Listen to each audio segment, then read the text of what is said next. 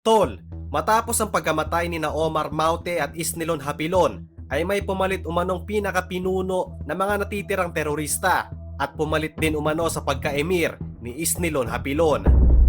Kung ang mga nauna ay mahaba ang buhok, ang terorista namang ito ay kalbo pero mabagsik na tao.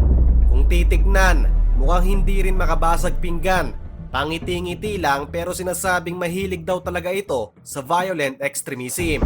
Mahilig siya sa lecture tungkol sa jihad, mahilig sa bomba, at tinuruan niya ang kanyang mga tauhan na patayin ang sino mang itinuturing na kalaban ng kanilang paniniwala.